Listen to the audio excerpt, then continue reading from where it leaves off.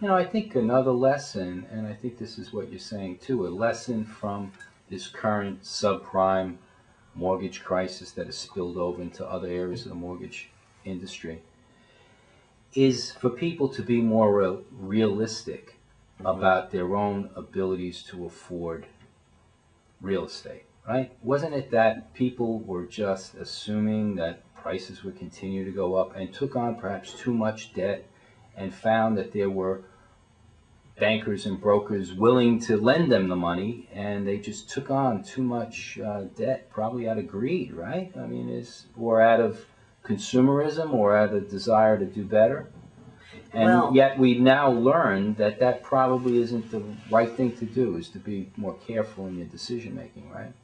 yeah, and I think that's what people are looking at. Right now, people are frightened, and there's a threat of a recession. If maybe we're even starting to be in one. So now we're all looking at our bills and saying, well, when money was crazy money and we could get it from at low, low rates and lots of it, maybe we did overspend a little bit. So let's sit down, let's look at how much we have in credit cards. Let's look at our second mortgage. Even though the prime rate has gone down, which has driven equity rates down, they could go up again because the second mortgages, excuse me, generally float. So they can secure it in with their first mortgage, so wrap the first mortgage, the second mortgage, the credit card debt, and kind of pull it all together and hold their own, because spending has really gotten out of control. And I do think it's the bank's fault too, because they're offering people all sorts of incentives, even with the subprime crisis. The way that we work with the lenders, or their reps come and visit our offices, and they tell us about all the programs.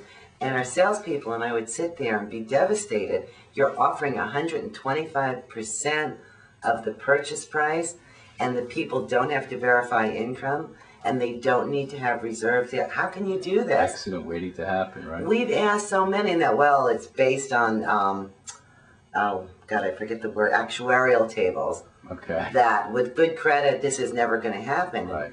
They would leave and we'd be, they must be nuts to be doing this. Right. You know, so they entice people. Everybody wants to own a home. Isn't that one of the problems with ARMs, that the teaser rates got people to focus on spending as little as possible now on their monthly payment, and not really considering what would happen just in a couple of years with rates rising to the levels that were already built into the mortgage contract? Wasn't that one of the big problems with ARMs? The issues, particularly in the subprime market, is that a lot of people in the mortgage industry were not educated. They wanted to make a quick buck. They were selling products that sounded too good to be true because they were too good to be true.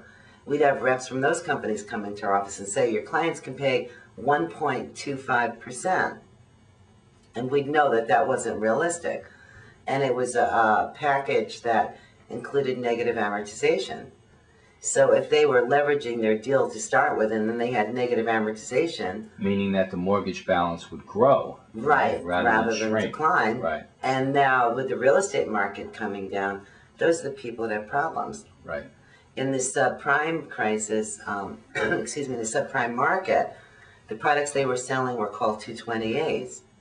And for 2 years, your rate would be higher than normal, but not terrible.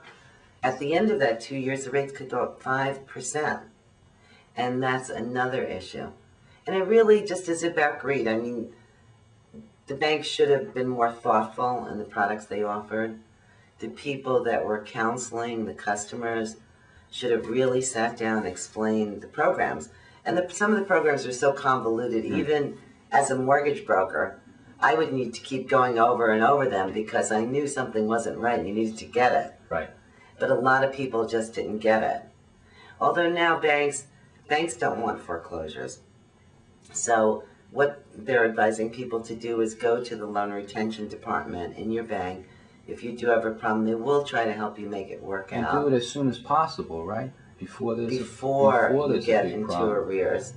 It's so important, isn't it, Stephanie, to have a good credit rating, and to fall behind on any payments it can be disastrous. I never realized how important it was to have good credit. I mean, it really is golden. Right.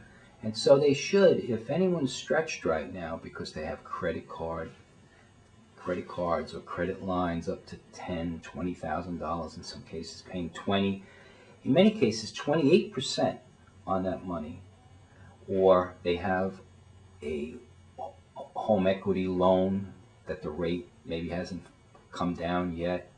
They could combine all that in a good first mortgage, even a fixed rate, right? First mortgage, and save probably hundreds of dollars on their cash flow every month. Yeah, I mean, what we're doing now is we're going through all of our customers' files, and we're saying this is the amount of mortgage first and second that you had. These are the credit cards you had. If you took X program, you could reduce your cash flow. Doing one now, $700 a month in reduced cash flow. And that's actually one of those programs where he's paying 1 point, but he breaks even on that point in 31 months. Wow. And he plans on being there, so it's really a benefit. Yes. And you will do all that analysis for them. That's what I should be doing. Yeah, that's what I do.